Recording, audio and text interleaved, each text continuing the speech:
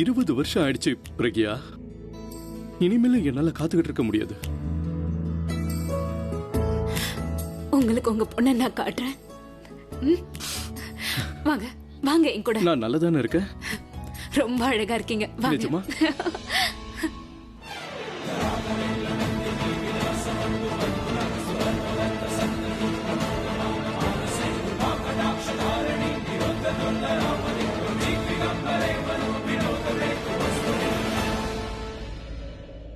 அம்மா ரொம்ப டயர்டா இருப்பாங்க போல, அதான் இவ்வளவு நேரம் தூங்கிட்டு இருக்காங்க.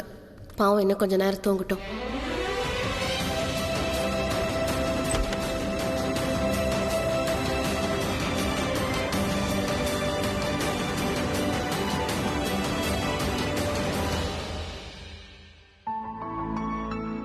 நீங்க இங்கே வெயிட் பண்ணுங்க, நான் போய் அவளை கூட்டிட்டு வரேன்.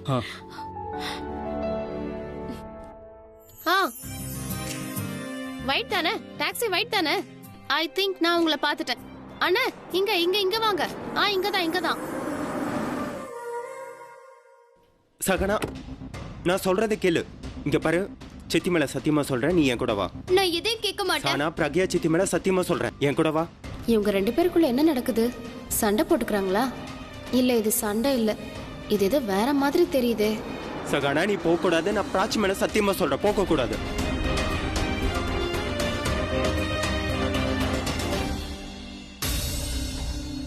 அவ போயிட்டா போல இருக்க.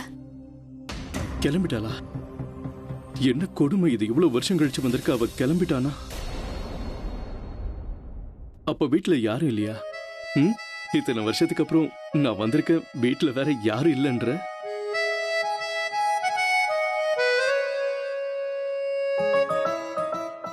அப்புறம் இது உன் வீடு தானே? ஆமா. ஏன்? கொஞ்சம் வித்தியாசமா இருக்கு. செவுத்துல உன்னோட போட்டோவும் இல்ல, நம்ம பொண்ணோட போட்டோவும் இல்ல. அது வந்து இப்பதானே ஷிஃப்ட் ஆயிருக்கும், அதான் எல்லாமே பாக்ஸஸ்ல அப்படியே இருக்கு. அப்படியா? அவளோட போட்டோ பாக்ஸ்ல இருக்கு. நான் தேடி பாக்குறேன், அதுலதான். அதுல இருக்கா? ஆமா, ஒரு நிமிஷம். சரி, அப்புறம் எல்லாரும் எப்போ வருவாங்க? நீங்களும் போட்டோ தேடுங்க, அந்த பாக்ஸ் எடுத்துட்டு வாங்க சீக்கிரம்.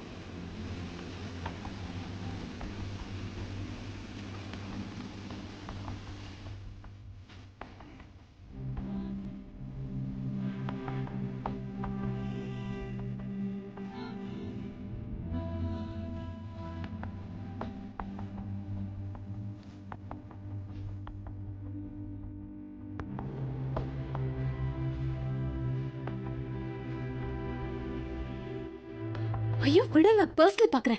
பர்ஸ் இல்லையா? போட்டோ கிடைச்சதா? இல்ல, இதுல நான் பாஸ்போர்ட் சைஸ் போட்டோ வச்சிருந்தேன், ஆனா எங்க இருக்குன்னு தெரியல. எங்க போச்சு? இல்லையா? நல்லதா போச்சு. இல்ல, இந்த மாதிரி விஷயம்லாம் ஃபேஸ் டு ஃபேஸ் நடக்கணும். அவகிட்ட நான் யாருன்னு நீயே சொல்லணும். அவளுக்கு என்ன அடையாளம் தெரியுதான்னு பார்க்கணும். நான் சொல்லாம இருந்தா எப்படி அடையாளம் கண்டுபிடிப்பா? ஒருவேளை என்ன ஒருவேளை? ஒருவேளை இவதான் உங்க பொண்ணுன்னு நான் உங்ககிட்ட சொல்லலைன்னா நீங்க எப்படி கண்டுபிடிப்பீங்க? அது எனக்கு எப்படி தெரியும்? நான் என் பொண்ணு 20 வருஷம் கழிச்சு பாக்குறேன். ஃபர்ஸ்ட் டைம் அப்படி நடக்குது. ஆனா இந்த பிக்சர் சீரியல் எல்லாம் நான் பாத்திருக்கேன். ஏதாவது கனெக்ஷன் இருக்கும் அப்பா பொண்ணுக்குள்ள. அதாவது தெரியாமையே நமக்குள்ள ஒரு விஷயம் தோணும், ரொம்ப வருஷமா தெரியும்னு. ஒரு நிமிஷம், இம்பார்ட்டன்ட் மெசேஜ். அப்படிங்க பாரு. ஒரு நம்ம நிமிஷம். மறுபடியும் எப்ப பாப்போம்? நீங்க நம்ம பொண்ணை கூட்டிட்டு வரீங்களா? இது என்ன கேக்குற விஷயமா? அப்கோர்ஸ் நம்ம 4 பேரும் பாப்போம். 5ஆவதா யாரும் இருக்க வேண்டாம். 5ஆவது யாரும் இல்லையே. இல்லங்க. அப்போ உருவாக்கிடுவோம். நான் போகட்டுமா? போறேன்னு சொல்லக்கூடாது, போயிட்டு வரேன்னு சொல்லணும். ஓகே, இங்கிலீஷ்ல சொல்லட்டுமா? I shall go and then I come. Okay, சரியா? மறுபடியும் வருவேன்.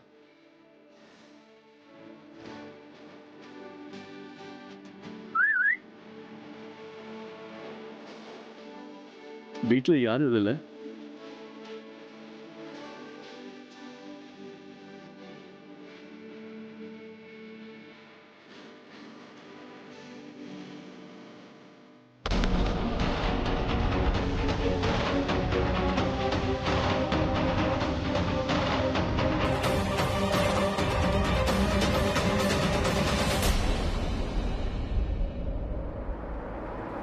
நிறுத்துங்க, நிறுத்துங்க, வண்டியை நிறுத்துங்க, நிறுத்துங்க. ஷகனா ஹே ஷகனா ஷகனா இந்தாங்கண்ணா ஷகனா ஷகனா ஷகனா நில்லு. மை காட், உன்ன மாதிரி ஒரு கிட்னாப்பரை பார்த்ததே இல்ல. நான் யாரை கிட்னாப் பண்ண? இப்ப நீதான் என்ன அங்க இருந்து புடிச்சு இழுத்துட்டு வரல. அந்த கிட்னாப்பிங் தான் சொல்லுவாங்க, புரிஞ்சுதா? ஓ அப்படியா? அப்ப உன்ன கூட சொல்லலாம்ல. உன்ன போல திமிர் பிடிச்ச பொண்ணை என் லைஃப்ல பார்த்ததே கிடையாது. பிராச்சி நீ பார்த்ததில்ல? அவளுக்கு திமிர் இருக்கலாம், ஆனா உன்னோட அவளுக்கு கம்மி தான். தேடினா கூட உன்ன போல கிடைக்க மாட்டா.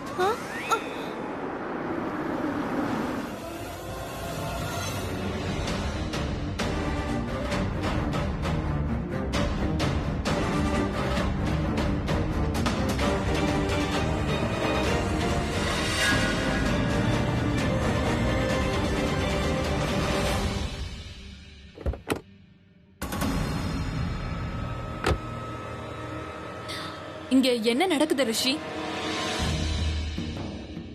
அப்புறம் நீ என் பாய் ஃப்ரெண்ட் கிட்ட நெருங்காத. நான் உன்னோட பாய் ஃப்ரெண்ட் இல்ல. ஆனா எக்ஸ் பாய் ஃப்ரெண்ட் தானே? இவ என்ன சொல்றா ஆனா ரிஷி? ப்ளீஸ். இல்ல நில்லு. அவ எக்ஸ் பாய் ஃப்ரெண்ட்னு சொன்னா, அதுக்கு அர்த்தம் எப்பவோ பாய் ஃப்ரெண்டா இருந்திருக்கான். இருந்தவன இருக்கான்னு சொல்லாத. அப்ப நீ ஒரு எக்ஸ் கேர்ள் ஃப்ரெண்ட். அப்ப எக்ஸ் கேர்ள் ஃப்ரெண்ட் மாதிரி இரு, எக்ஸ் கேர்ள் ஃப்ரெண்ட் மாதிரி பிஹேவ் பண்ணு. நான் எப்படி வேணாலும் பிஹேவ் பண்ணுவேன். ஏன் விருப்பத்துக்கு ஏத்த மாதிரி தான் ரிஷி பிஹேவ் பண்ணணும். ஒருவேளை அவன் அப்படி நடந்துக்கலனா XYZ நான் என்ன வேணாலும் பண்ணுவேன். அப்புறம் அதோட ஆரம்பம் எங்க இருந்து ஆரம்பிக்கும் தெரியுமா? உன்கிட்ட இருந்து. இந்த சின்ன சின்ன கண்ணை வச்சு என்ன பயமுறுத்துறத நிறுத்த. ஹோஷியார்பூர்ல உன்ன மாதிரி ஆளுங்களை நான் கட்டி வச்சு சுத்துவேன். ஷகனா ப்ளீஸ் அமைதியா இரு. சொல்ல பிராச்சி. அது ஒண்ணும் இல்ல, என் கண்ணுக்கு முன்னாடி இருந்த குப்பைய கிளீன் பண்ணிட்டு இருந்தேன். ஸ்வெச் பாரத் ஆச்சே, அதான் சுத்தமா கிளீன் பண்ணணும்னு நினைச்சிட்டு இருக்கேன். பிரச்சனை உன்கிட்ட அப்புறமா பேசுறேன். ரிஷியை விட்டு நான் இல்ல, நீ தூரமா இரு. நீ போய் உன்னை நல்லா செக் பண்ணிக்கோ. நீ என்னமோ பைத்தியக்கார ஹாஸ்பிடல்ல இருந்து வந்து பேசுற மாதிரி தெரியுது. அங்கே திரும்ப போயிடு, புரிஞ்சுதா? நீ கொஞ்சம் அமைதியா இரு, நான் தான் பேசிட்டு இருக்கேன்ல. ரிஷி, இவையே என் பேரை எடுக்கணும். எப்பெல்லாம் இவ என் பேரை எடுக்கறோ அப்பெல்லாம் நான் இப்படிதான் பேசுவேன். உனக்கு ஒண்ணு தெரியுமா? ஹோஷியார்பூர்ல என்ன பார்த்தாங்கன்னா எல்லாரும் பயந்துதான் நிப்பாங்க. நீ ரொம்ப தப்பான ஆள்கிட்ட வந்து வகைய மாட்டிக்கிட்ட, புரிஞ்சுதா? உனக்கு நான் வைத்தியம் பாப்பேன். அப்புறம் ஒருவேளை நீ திருந்தல, ஏன் ஸ்டைல்ல நான் உன்னை திருத்துவேன். ஓ ரியலி? எனக்கு உன் அளவுக்கெல்லாம் டைம் எடுக்காது. இப்படிங்கிற நேரம் தான் ஆகும் உன்னை என் வழியை விட்டு துரத்துறதுக்கு. இதுக்கு மேல நீ ஏதாவது பேசுனா உன் மூஞ்சி நான் உடைச்சிருவேன். ஒருவேளை நீ எனக்காவது போரா ஃபீல் பண்ணனு வச்சுக்கோ, என்கிட்ட வா. நான் உன் முகத்தை உடைக்கிறத நீ என்னைக்கும் மறக்க மாட்ட. அப்புறம் நான் இங்க இருந்து கிளம்புறேன். ஆக்சுவலி நான் இல்ல, நாங்க போறோம். போலாமா ரிஷி?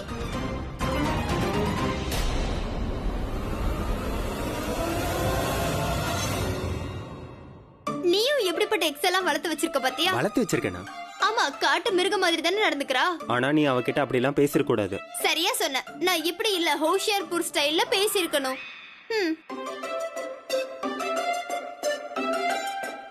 அவளை விட இவ ரொம்ப ஆபத்தானவ போல இருக்கு.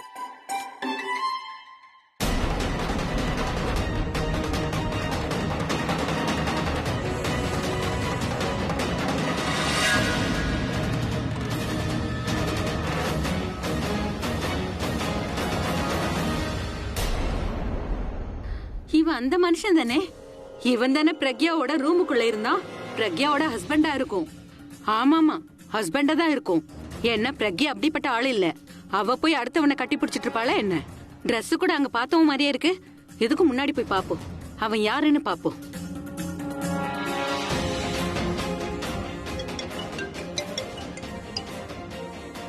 ஹலோ ஹரி, எனக்கு ஒரு வேலை பண்ணு. 0.9 ரெஸ்டாரண்ட்டுக்கு போய் வண்டி எடுத்துட்டு வா.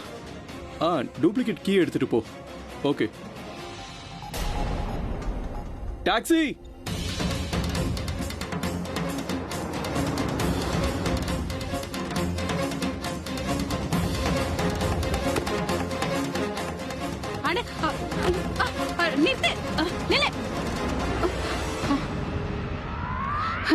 வேஸ்டா போச்சு.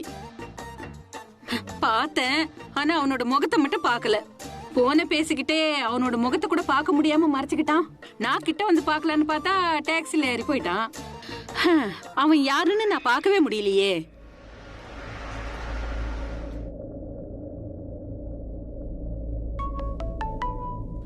சொல்லு பிராச்சி. சஹனா உங்ககிட்ட ஒரு விஷயம் கேட்கணும். உண்மையை சொல்லணும்.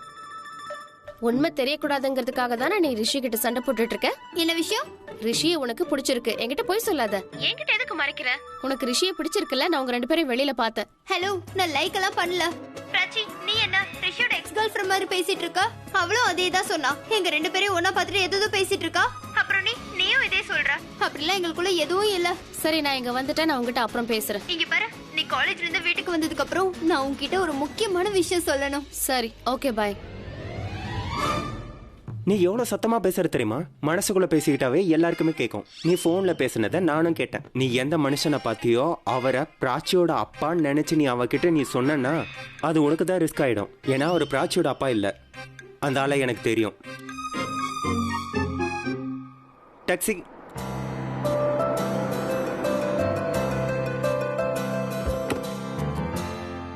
கூட வரியா?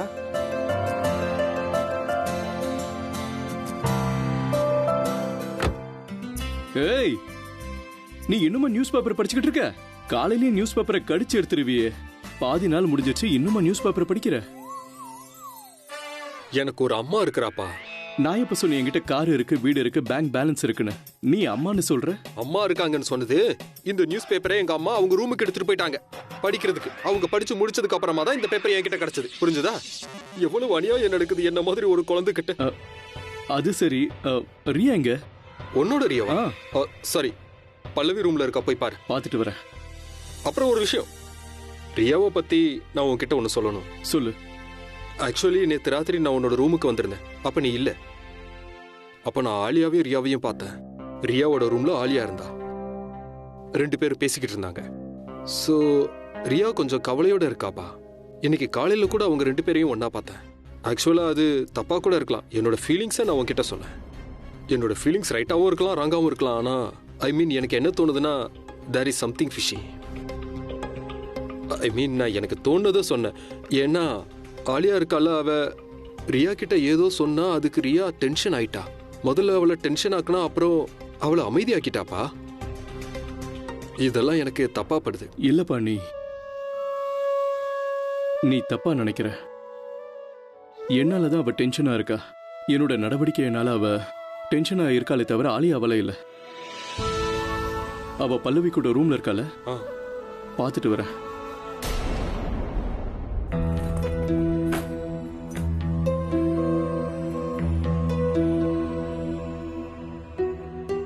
என்ன தேடிட்டு இருக்க?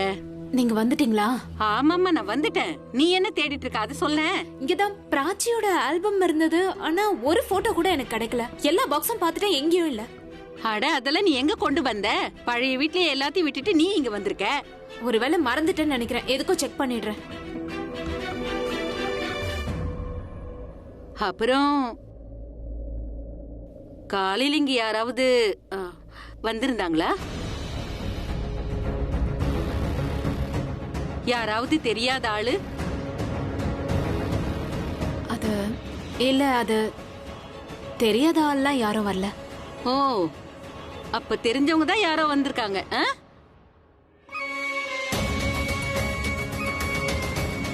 இங்க போட்டோ கிடைக்க மாட்டேங்குது. நான் போய் பழைய வீட்ல செக் பண்ணிட்டு வரேன். அட, நில்லு நில்லு. நானும் தான் அந்த வீட்டுக்கு போகணும். நம்ம ஏரியாவுல எல்லாம் விலை கம்மி. அப்புறம் மார்க்கெட்ல எல்லாரையும் தெரியும். தீபாவளிக்கு ஷாப்பிங் பண்ணணும். அப்புறம் டிஸ்கவுண்ட் அங்க அதிகமா கிடைக்கும். அப்புறம் அங்க கை விளக்கு கூட கிடைக்கும். வாங்க போலாம். ட்ரெஸ் எல்லாம் அப்புறமா பாத்துக்கலாம். சீக்கிரமா இப்ப நீங்க வாங்க. சரி, நான் போய் பேக் எடுத்துட்டு வந்துடுறேன். இது எப்படி இருக்கு? அழகா இருக்குல்ல? ஏன் ஆன்ட்டிக்கு எல்லாமே அழகா தான் இருக்கும். ஒரு விஷயம் தான் கஷ்டமா இருக்கும். இந்த ஏஞ்சல் டார்லிங் என்ன தப்பா நினைச்சுக்கிட்டாங்க. நேத்து தான் நான் சாரி சொன்னேன்ல. என்னப்பா, எந்த விஷயத்துக்கு சாரி? நான் மீரா ஆண்டி கிட்ட சொல்லாம கொள்ளாம போயிட்டேன். அப்புறம் இவங்க ஃபோன் பண்ணிருக்காங்க, நான் ஃபோன் அட்டென்ட் பண்ணல. அப்புறம் இவ என் காலையும் அட்டென்ட் பண்ணல, ஆன்சரே பண்ணல. எனக்கு காலேஜுக்கு டைம் ஆயிடுச்சு, நான் கிளம்புறேன் ஆண்டி. பாய். அட, ரியா, லிசன் மீ. ரியா, இவளுக்கு என்னாச்சு? She is upset. அதுக்கு காரணம் நேத்து நான் நடந்துகிட்டது. கமான் அபி, நீ என்ன சொல்ல வர? அது ஒழுங்கா சொல்லு. அவங்க குழந்தைங்க, இதெல்லாம் சகஜம். நாம இதெல்லாத்தையும் பார்த்துதான் வந்திருக்கோம். லிசன், நம்ம பசங்க பெரியவங்களாகும் போது அவங்களுக்கு தெரியும், அவங்களுக்கு எல்லாமே தெரியும்னு. அவங்களுக்கு தான் எல்லாம் தெரியும், உங்க பேரண்ட்ஸ்க்கு எதுவுமே தெரியாதுன்னு நினைச்சுப்பாங்க. இதெல்லாம் பெருசா எடுத்துக்காத அபி. நீ எதுக்கும் கவலைப்படாத. ரியாவோட நேச்சர் அப்படி கிடையாது. She is not a triple ace nature. அவ நான் செஞ்சதுக்கு என் மேல கோவமா இருக்கா. நான் அப்படி பண்ணிருக்க கூடாது. நீ அவ்வளவு இத பத்தி யோசிக்காத. அவளை நீ அவ போக்கிலே விடு. ஏன் டென்ஷன் ஆகுற? ஒரு விஷயம் சொல்லட்டா, பசங்க எவ்வளவு சீக்கிரம் கோவப்படுறாங்களோ அவ்வளவு சீக்கிரம் அமைதி ஆயிடுவாங்க. சோ நீ பெருசா எடுத்துக்காத, எல்லாம் சரியாயிடும். ஓகே?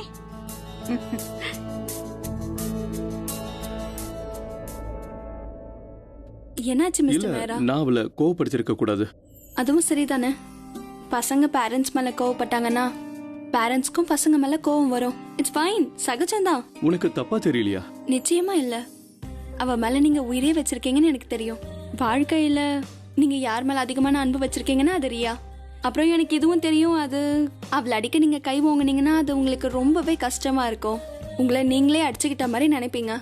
எனக்கு ரியாவையும் தெரியும். She doesn't mean it. She is not serious. This time she means it. கோவத்துல சொன்ன வார்த்தையை தப்பா எடுத்துக்காதீங்க. அவளை சமாதானப்படுத்துங்க. நான் முயற்சி பண்ண, ஆனா முடியல. இன்னொரு முறை ட்ரை பண்ணுங்க. உங்க இடத்துல நான் இருந்திருந்தா எனக்கு என்ன செய்யணும்னு தெரியும். நான் அவளுக்காக கிஃப்ட் வாங்குவேன். உங்களுக்கு நல்லாவே தெரியும், அவளுக்கு ஏதாவது கிஃப்ட் வாங்கினா அவ ரொம்ப ஹாப்பியா ஃபீல் பண்ணுவா. I know. மறுபடியும் ஞாபகப்படுத்தினதுக்கு thank you. I know what to get her. பணத்தை எடுத்துக்கிட்டேன், போனை எடுத்துக்கிட்டேன், எல்லாம் எடுத்தாச்சு. அப்பா. ஏ பிரக்யா, அட இன்னும் எவ்வளவு நேரம் பண்ணுவ? சீக்கிரமா வாயேன். ஐயோ, திருடன் திருடன் திருடன்! என் சுருக்கு பை எடுத்துட்டு ஓடுறான். அவனை யாராவது புடிங்களே. திருடன் திருடன்! ஐயோ, விடாதீங்க, புடிங்க புடிங்க. என்னாச்சு? ஐயோ, என்னாச்சு சொல்லுங்க. என்னோட சுருக்கு பை எடுத்துட்டு ஓடுறான். ஐயோ, பார்த்து பத்திரமா போங்க.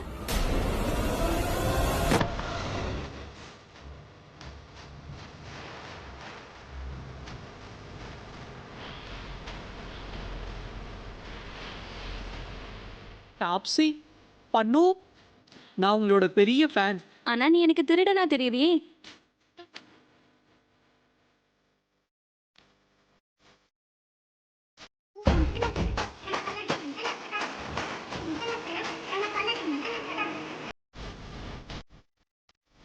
அட, உனக்கு ஓடுறதுக்கு எவ்வளவு ஆசைனா ஒலிம்பிக்ஸ்ல ஓடு. உனக்கு திருட வேண்டிய அவசியமும் இருக்காது. பூமி, நீங்களுமா? டேய், என்னோட சுருக்கு பைய குடுறா. உனக்கு வெக்கமா இல்ல? திருடிட்டு போறே. இவனை போலீஸ்ல புடிச்சு கொடுங்க. பூமி, போலீஸ்க்கு ஃபோன் பண்ணி இவனை போலீஸ் கிட்ட புடிச்சு கொடுத்துருவோம். ப்ளீஸ் ப்ளீஸ், என்ன போலீஸ்ல எல்லாம் புடிச்சு கொடுத்துறாதீங்க. என் காலு உடைஞ்சிருக்கு பாருங்க. இங்க அவங்க வந்தாங்கன்னா என்னோட இன்னொரு காலையும் உடைச்சிருவாங்க. உடைச்சா தானே நல்லது. சரி. ஏய், அட, எங்க ஓடுற? டேய் நில்லுடா, நில்லு. Thank you madam. நீங்க ரெண்டு பேரும் ரொம்ப அழகா இருக்கீங்க. பாய். அட, அவனை எப்படி சும்மா விட்டுட்டீங்க? நீ எங்கயாவது கீழே விழுவ, அப்ப நிச்சயமா உனக்கு அந்த காலம் உடையும். ஞாபகம் வச்சுக்கோ. அப்புறம் தேங்க்யூ வெரி மச். என்னோட சுருக்கு பை கிடைச்சிருச்சு. ஆமா, தேங்க்ஸ் a lot. அந்த சுருக்கு பையில தான் சரிதா அம்மாவோட உயிரே இருக்கு. Thank you so much. நாங்க ப்ரமோஷனுக்காக இந்த வழியில போயிட்டு இருந்தோம். அப்பதான் வழியில திருடன் வந்துட்டான். இப்போ நாங்க இங்க இருக்கோம்னா ஒருவேளை நாங்க இங்க வரணும்னு எழுதி இருக்கோம் என்னமோ. அதாவது அந்த திருடன் என்னோட சுருக்கு பைய திருடுவான். இது கூட முன்கூட்டியே எழுதப்பட்டதா என்ன?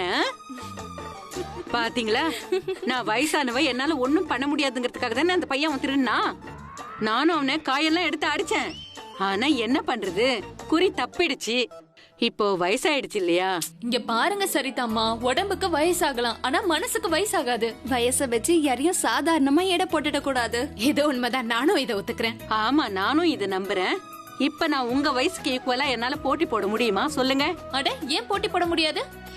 நம்ம எப்பவுமே உற்சாகமா இருக்கணும், இல்லனா சூழ்நிலை நம்மள உற்சாகமாக்கணும்.